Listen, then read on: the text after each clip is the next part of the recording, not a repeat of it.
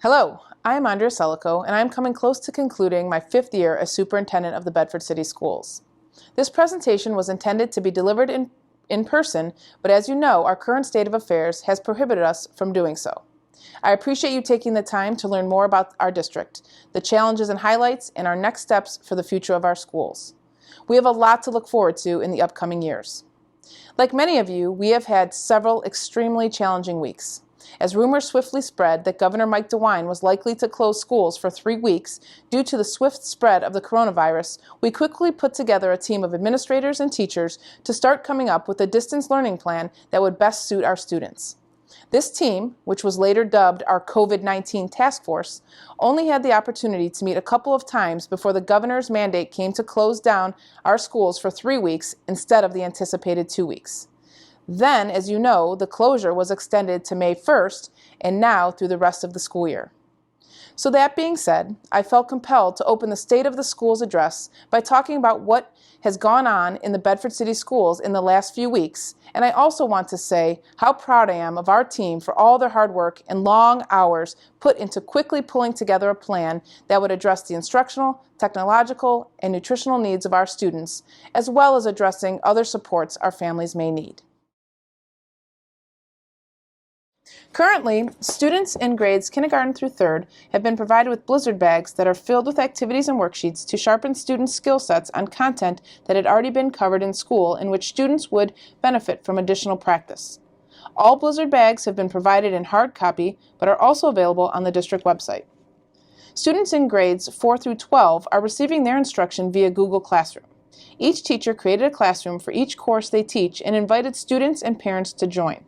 Teachers post assignments, conduct live chats via Google Meet, screencastify lectures and demonstrations, and post necessary resources so that students can continue their learning. The emphasis to date has been not to introduce new content, but to deepen student learning on content that was covered during the first 3 grading periods. All teachers have been expected to be available during the school day, providing feedback to students and families, conducting small group targeted support as needed, conducting live lessons and support to students, answering email, and providing grades and feedback to students. One of our concerns from the beginning was how to ensure that our students were equipped with the technology they needed for online learning. We determined early on in the planning process that we wouldn't have enough technology to send home with every student, but that we would be able to send home at least 1 Chromebook per family for students in grades 4 through 12. In total, we deployed 800 Chromebooks to households that needed a computer and nearly 100 Kajit mobile hotspots. Another major concern of ours right from the beginning was how to ensure that our students had enough to eat while schools were closed. We quickly devised a plan and started distributing bagged breakfasts and lunches prepared by our Nutrition Services Department twice a day from Monday through Friday at Bedford High School on March 18th. We also established neighborhood sites where grab-and-go meals could be picked up. We have continued to add sites as demand dictates and now have 13 grab-and-go sites situated throughout the 4 communities in our district: Bedford, Bedford Heights, Oakwood Village, and Walton Hills. Our school buses and volunteer staff members went out once a day to safely distribute these meals. On March 30th, we cut our distribution days down to 3 days a week in order to reduce the amount of time we needed to bring in staff for meal preparation and distribution. We added extra meals to each bag, though, so the children would still receive the same amount of meals per week. As of today, we have distributed close to 8,000 meals for children under the age of 18 living in the Bedford City School District. Additionally, Mount Zion Church in Oakwood Village has opened its food pantry to our families. Our staff members generously pulled together and donated to the pantry as well. Also, thanks to a great partnership with the Cleveland Kids Book Bank, we were able to distribute free books to families with children in grades K through 8 to continue their independent reading during this closure. The book bank donated approximately 2,000 books, which we distributed on multiple Fridays during the midday meal time pickups at Bedford High School. We have utilized a number of communication tools to connect with families and staff even prior to the school's closing. We have used our Blackboard mass communication systems to send out regular messages to our families and staff via telephone, email, text, and social media. In addition to my messages, teachers, counselors, and support staff members have been calling parents on the phone to check in on them and see if there is anything they can do to help families. As soon as concerns started to spread about the coronavirus, we created a COVID-19 information page on our website with pertinent information, links, flyers, and updates from the CDC, Ohio Department of Health, and Cuyahoga County Board of Health. Included on our page also was a meal distribution flyer mapping out all of our grab-and-go locations as well as our distribution hours. We also included links to the text of all of the mass communications messages I sent out to our families. Additionally, we created a flexible learning resource site on our district website. This is a robust page which offers parents digital copies of all Blizzard Bag lessons, as well as many how-to videos and other resources to help parents, families, and students with remote learning. We included links on this website, and we thought we would help by making learning fun for our students, so we included live streaming sites and virtual tours from zoos and aquariums, museums, concerts, at-home workouts, children's book authors, and celebrities reading stories to children, and much more. Not only is our website an important source of information and valuable tool for communications while schools are closed, but social media is now more important than ever in this time of isolation and social distancing. Besides adding important announcements to our district and school's Facebook and Twitter pages, our website and social media team is trying to keep up spirits by creatively sharing posts of staff speaking to students from their houses, telling jokes, delivering morning announcements, and sharing photos parents send of students creatively learning at home. The team continues to work on sharing new ideas to stay connected to our students, parents, and community members through social media. Additionally, we have started a Tech Tuesday email communication with our families and staff in which our IT department can share technology updates and helpful how-to videos. As you can see, we are busier than ever trying to anticipate, accommodate, and maintain our students and families during this trying time. With all of that said, I would like to highlight the incredible things that have been happening in our schools. While there is no order to our great news, we are proud of every one of the following newsworthy events. To begin, our Makerspace is an on-site facility that promotes problem-solving skills by pairing 3D printers, robotics, and computer science with traditional woodworking and shop methods. It is a space that gives students a safe and engaging place to invent, create, design, and prototype. New and experienced makers can gather to work on real and personally meaningful projects informed by helpful mentors with the necessary expertise. In the fall of 2020, we added a makerspace at Heskett and continue to add to our facilities at Bedford High School as well. At Heskett, the students are using the makerspace as part of a career and technical elective for a pre-engineering pathway. The students have had opportunities to explore different avenues of engineering-related topics through the use of robotics, programming code, and design. Students have recently finished a project in which they were required to program robots to dance in a synchronized fashion to a song of the student's choice. This allowed the students to explore programming in a way that interests them. They also participated in a Make It Green unit, which has allowed them to use 3D printing and design to develop a prototype of a product that solves an issue regarding our impact as humans on our ecosystems. This unit is also a great think tank that has allowed some great ideas and prototypes to be created. The students in this course have developed their conceptual thinking and collaboration skills among a team of peers. At the high school, we have expanded our capabilities over the past year. New tools and machines have been added in addition to several new items in our sewing area, including 2 new sewing machines and a large embroidery machine. The equipment we have in the makerspace allows students to personalize items. By far, the coolest device in the room is our new vinyl printer. This device allows students and staff to create full-color posters, banners, t-shirt designs, stickers, and even fatheads. Our greatest example of this machine's capability is the work that was done in our new esports arena. We were able to cover walls and windows with a mix of game logos, our esports team logo, and a dedication to the donor who funded the space. And with that, this is a great way to segue into our esports news. Esports, or electronic sports, describes the world of competitive, organized video gaming, and it is now an international phenomenon and a billion-dollar industry. Bedford High School students started an esports club in November of 2018 in which 15 students competed against other teams in Super Smash Bros., Overwatch, and Rocket League tournaments. A generous donation of $32,500 from David Kennedy, the founder and CEO of TrustedSec and Binary Defense Systems, will now provide a high-tech gaming center in a high school classroom for students to participate in esports leagues, develop their gaming skills, and become eligible for college scholarships and career opportunities. There are over 60 college scholarships that currently exist for esports just in Ohio. The Sports Center opened in February and includes 11 gaming stations with HD monitors, 2 4K televisions, ergonomic gaming chairs, and other accessories and high-tech equipment. Students will also be provided with a 3-year paid membership to the High School Esports League. IT and cybersecurity consulting support will be provided by Strongsville-based TrustedSec, which is also the official cybersecurity partner of the Cleveland Cavaliers. This facility is so impressive that Channel 5 had to come out to see for themselves. Well, here's something different. Some may think video games shouldn't have a place in a classroom, but one local school thinks they can be another teaching tool.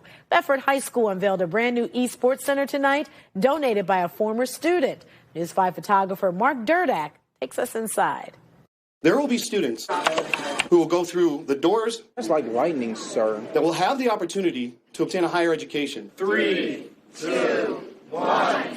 This for me was really a dream come true to help kids. You know, there's scholarship opportunities that they would have never had.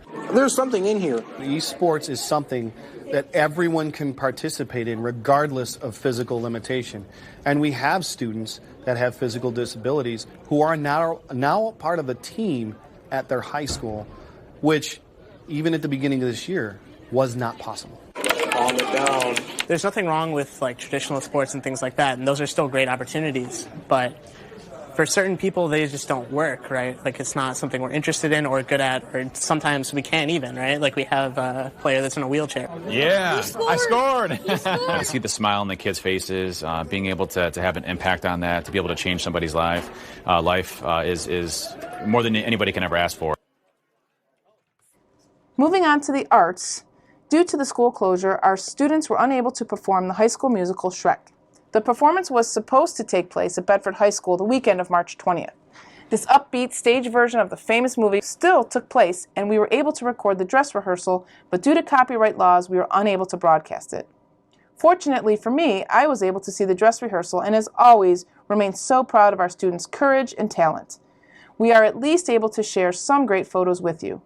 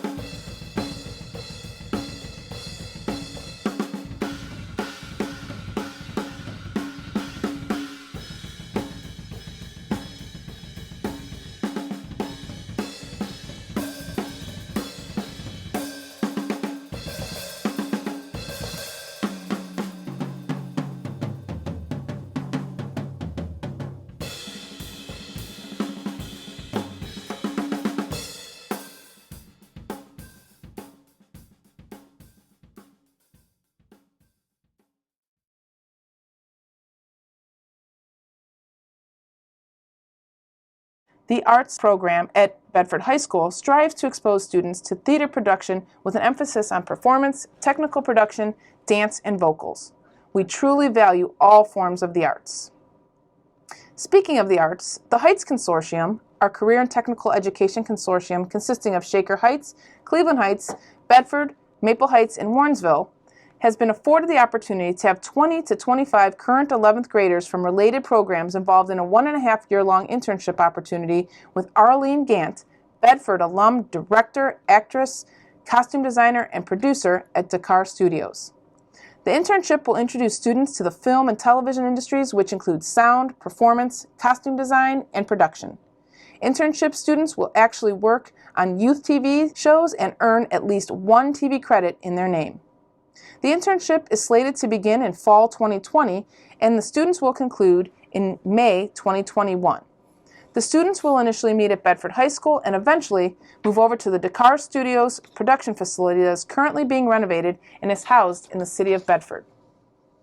Continuing with our Career Technical and Education program, one of the greatest recognitions for any student is to be deemed highly academic, professional, and prepared to enter the real world.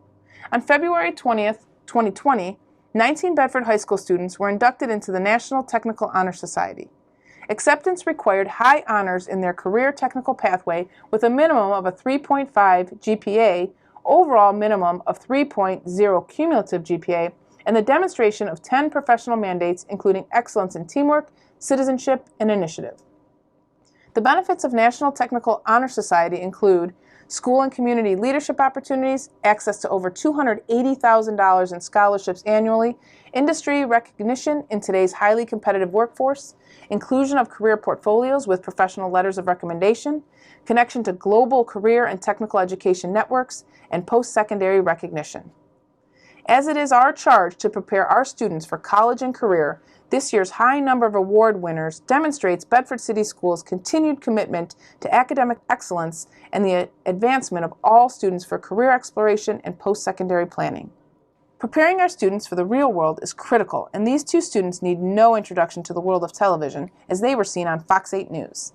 In celebration of Black History Month, we are proud to recognize our very own Sydney Harkness and Christian Davis, who were spotlighted on Fox 8 News. Our students continue to make us proud, and so do our teachers and administrators. Thanks to the hard work of administrators and teachers, in the fall of 2018, our district was awarded, via a consortium of 7 other districts, a 3-year Striving Readers Grant from the Ohio Department of Education. Over the 3 years, our schools received a total of $206,000 to use towards advancing literacy instruction. At the preschool through 3rd grade level, we have focused on phonemic awareness, decodable readers, and phonics. In grades 4 through 6, the focal point of our efforts has been around guided reading, oral reading fluency, teaching vocabulary and content literacy, and at the secondary level, we have done extensive training for staff relative to content and disciplinary literacy. All staff in grades K through 12 have received classroom resources, instructional supplies, teacher resources, and training as a result of the 3-year grant. The grant has allowed us to work with literacy experts both nationally and locally. Over the course of the 3-year grant, of our underpinning goals is to create a richer environment of reading in all classrooms K-12. Our partnerships with Scholastic and the Cleveland Kids Book Bank have not only allowed us to put free books on numerous occasions in the hands of children to take home, but has allowed us to enhance classroom libraries K-8 and to establish collections in all secondary classrooms. We have even provided our parents with free books. Our community partners are so critical, as this year the primary schools had an opportunity to partner with the Cleveland Ballet. 23 1st through 3rd grade students from Central and Glendale received ballet lessons for 15 weeks. The students had an opportunity to present for their parents in December. When the schools closed due to the virus, the Cleveland Ballet provided online lessons for our students. Another great partnership includes trained computer science professionals from the technology industry who are coming to Bedford High School to help teach computer science thanks to a Microsoft Philanthropies program called TEALS, Technology Education and Literacy in Schools. This is our 2nd year in the program, where each Wednesday a volunteer and Bedford graduate, Adrienne Guy, teaches with high school AP computer science teacher Mary Pumper. The students love having her in class and look forward to her presence on Wednesday mornings. They have great conversations about current topics in computer science like internet security, data privacy, artificial intelligence, and job opportunities. She assists in helping them learn to code and to debug their code as they design apps on Android tablets. The idea that students are working alongside not only their teacher, but also an active computer engineer is inspiring to our students. This is a college-level course that introduces students to the foundational concepts of computer sciences and challenges them to explore how computer and technology can impact the world. We are glad our students are among the select group to be chosen for this opportunity. And speaking of grateful, we have a new program in which we are proud to be a part. The Students of Promise program at Bedford High School was set to begin right as the school closure took place. It is a Closing the Achievement Gap initiative in direct response to the academic, social, and emotional needs of targeted students. We are committed to help bolster academic achievement, attendance, and performance outcomes in our students while reducing negative behavior trends and addressing non-academic barriers to success. The Students of Promise program is designed to strengthen the relationships and skill sets of our young people needed to succeed while engaging parents, families, and the entire learning community. The primary component and the tie that binds the Students of Promise program is the linkage coordinator. This person is a full-time staff member who facilitates the program and serves as a primary mentor, student advisor, life coach, monitor, role model, and advocate. The goal of this coordinator is to establish meaningful relationships with students in efforts to ensure that the students' academic, social, and emotional needs are met throughout the program. The linkage coordinator works collaboratively with the building principal, teachers, student support teams, and school personnel, as well as parents, community leaders, and stakeholders on behalf of the targeted population. Keeping in line with building strong character in our students, the Bedford High School Cadet Corps is a military-style leadership development program with a mission to help all students become the best version of themselves. The content includes a curriculum that stretches over 4 years. Program content includes leadership, uniforms, physical fitness, and academics with a military slant. Students learn responsibility in a rigorous, military-style environment in which uniforms and self-discipline is established through drill, ceremony, and uniform inspections. The Bedford High School Cadet Corps Honor Guard presented the colors at a Bedford Bearcat football game. As you can see, we have many great opportunities for our students, but at times, students need tools to be successful in those programs. Therefore, in the fall, we added over 1,500 Chromebooks to allow for an extension of the Heskett Middle School one-to-one program down to 6th grade and provided English, social studies, science, and world languages one-to-one access at Bedford High School. 6th through 12th grade teachers provide online Google Classrooms, and students have real-time access to devices whenever needed for daily instruction.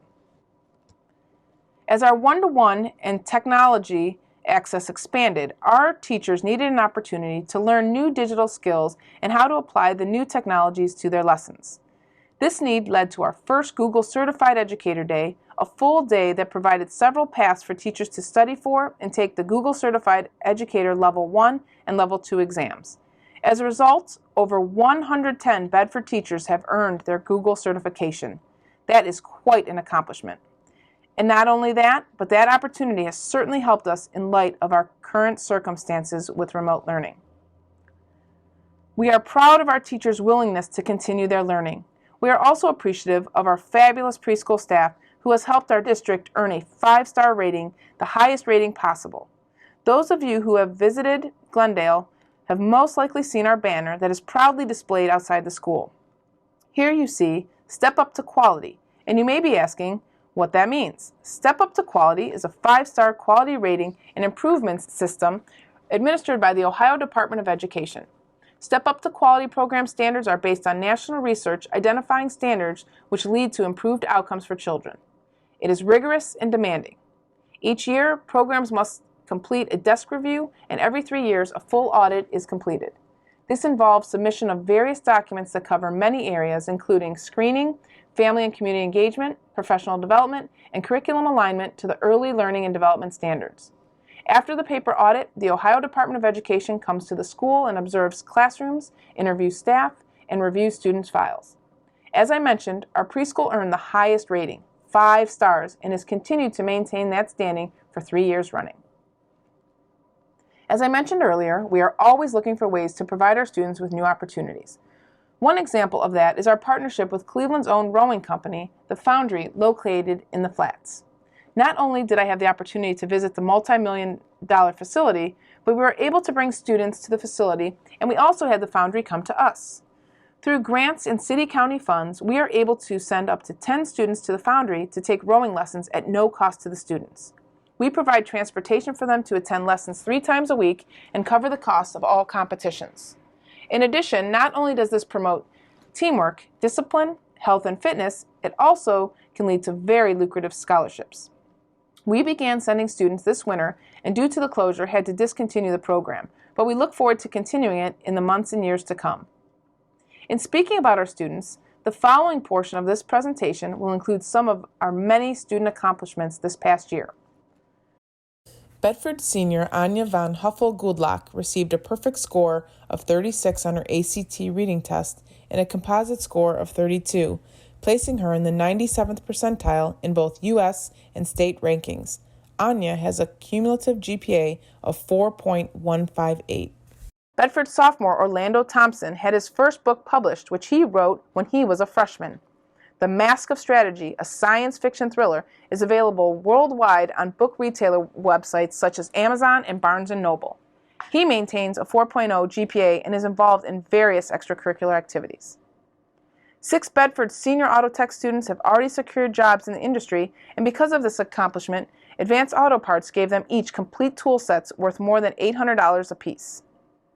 Glendale sent 2 students to compete in the regional Martin Luther King Jr. oratorical competition in February.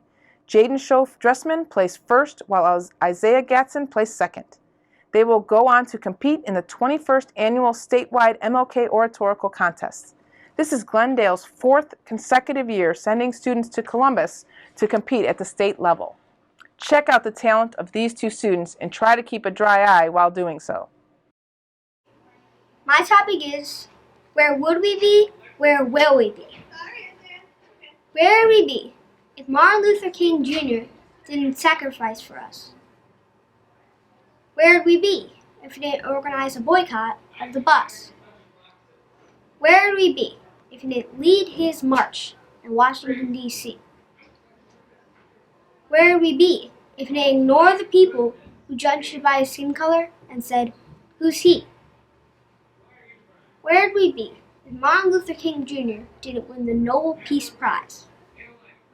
Where would we be if his heart was not such a tremendous size? Where would we be if he wasn't inspired by Mahatma Gandhi? Where would we be if he didn't use his words to fight peacefully? Where would we be if he reacted differently when his house was attacked? Where would we be if he didn't use his words to peacefully fight back?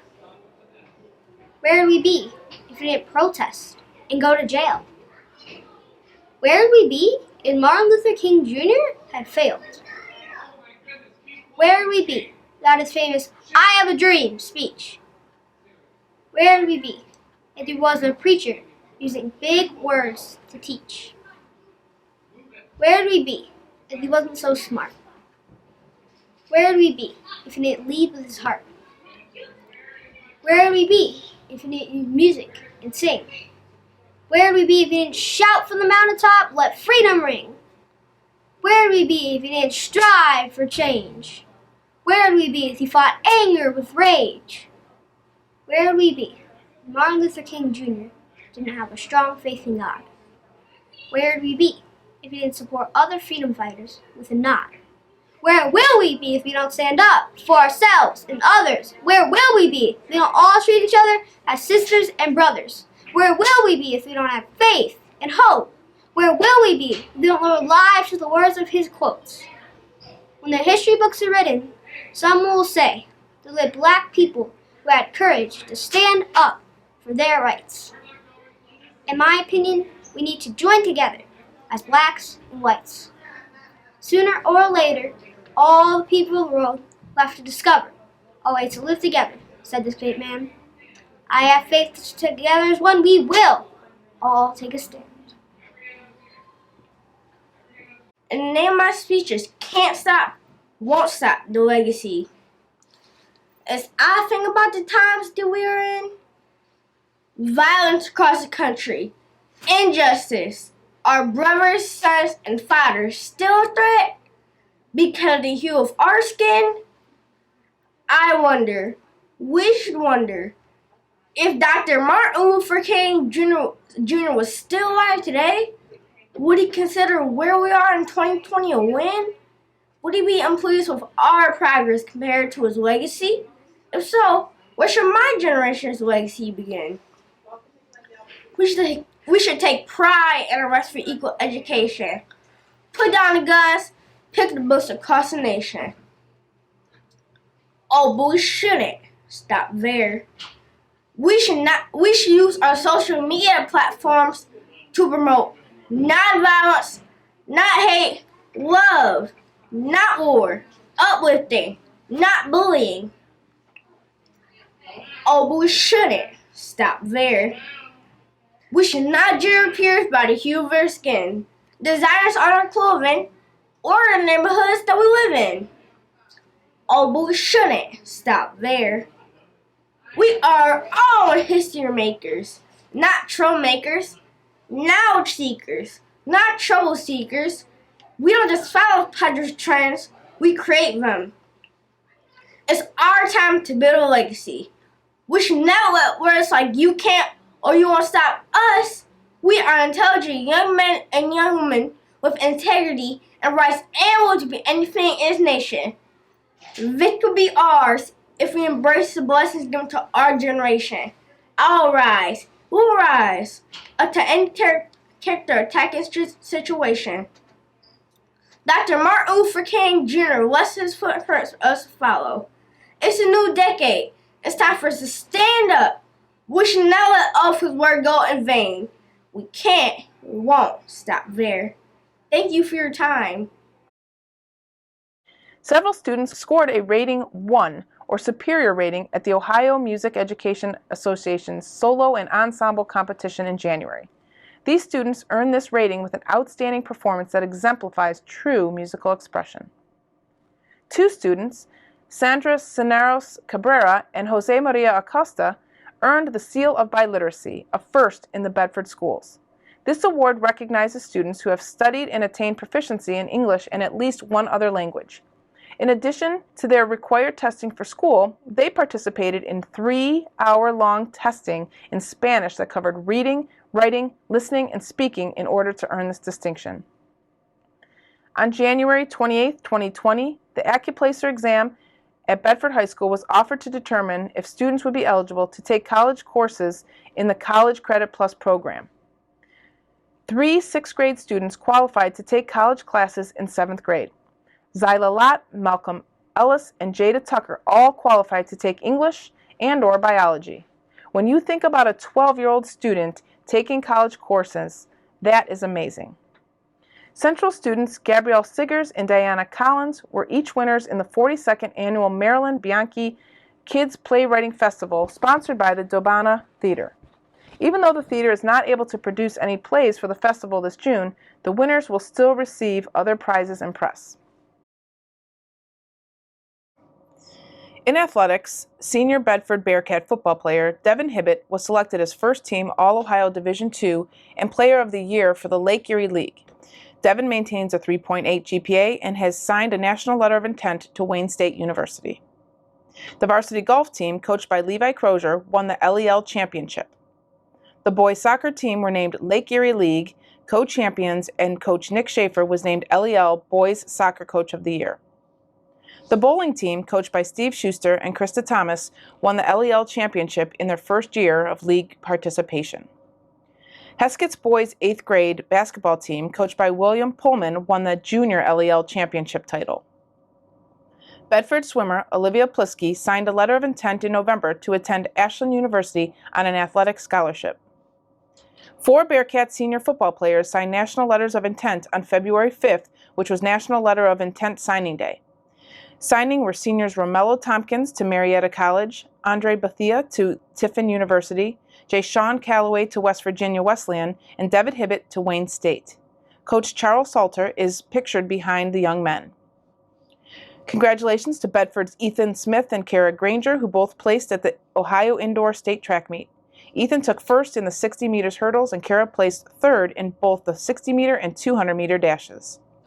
3 senior baseball players signed national letters of intent. Colin Kennedy will be attending John Carroll University, Seth Freeman will be attending the University of Charleston, and Marquise Moore will be attending Lakeland Community College.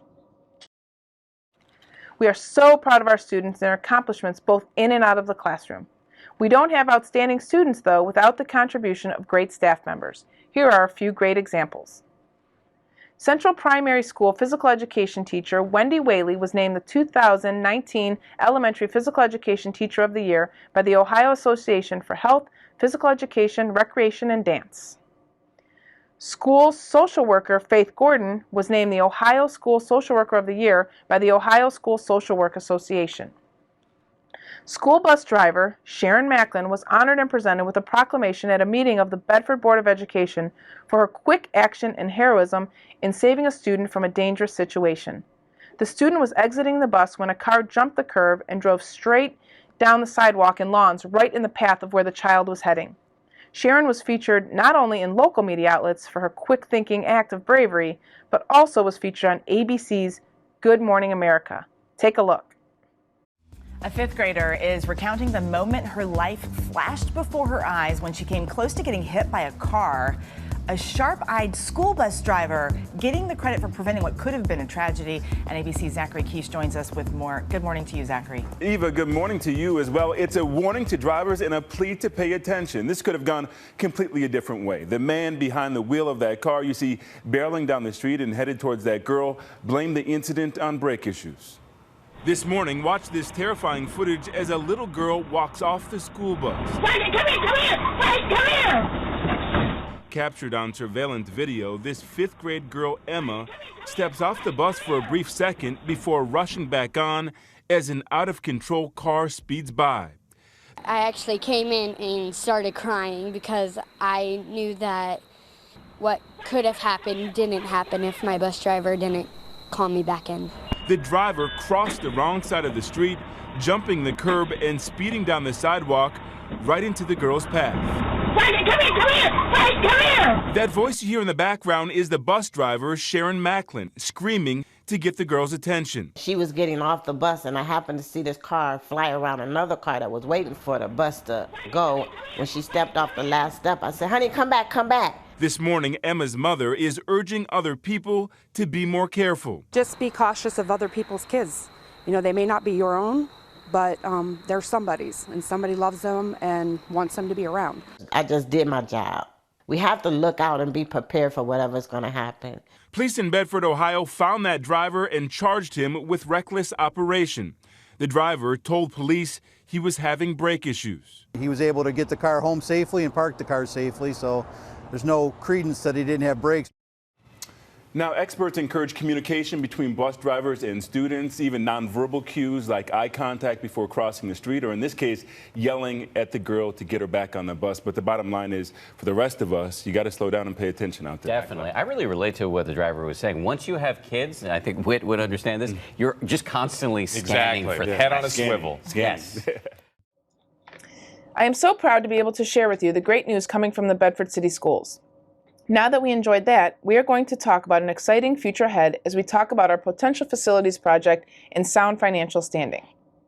Beginning in 2016 with our strategic plan, we have been setting the foundation for a master's facility plan, which necessarily includes the feasibility of building new schools. In late fall of 2019, we conducted 3 community forum meetings under the direction of then Design Architecture, TDA, the board-approved architectural firm assisting us with the development of the master plan. At those meetings, we provided information to our stakeholders and shared some possible ideas for the future. From there, we formed a facilities planning committee of 35 individuals, including school employees, parents, residents, and city officials. We held our first meeting in December, our second in January, and our third in March, just as the coronavirus emergency started.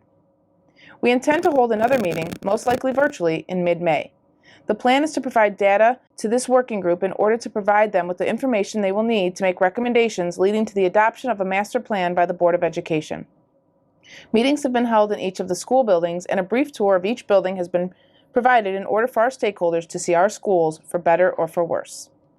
At one of our meetings, we created guiding principles that are seen here.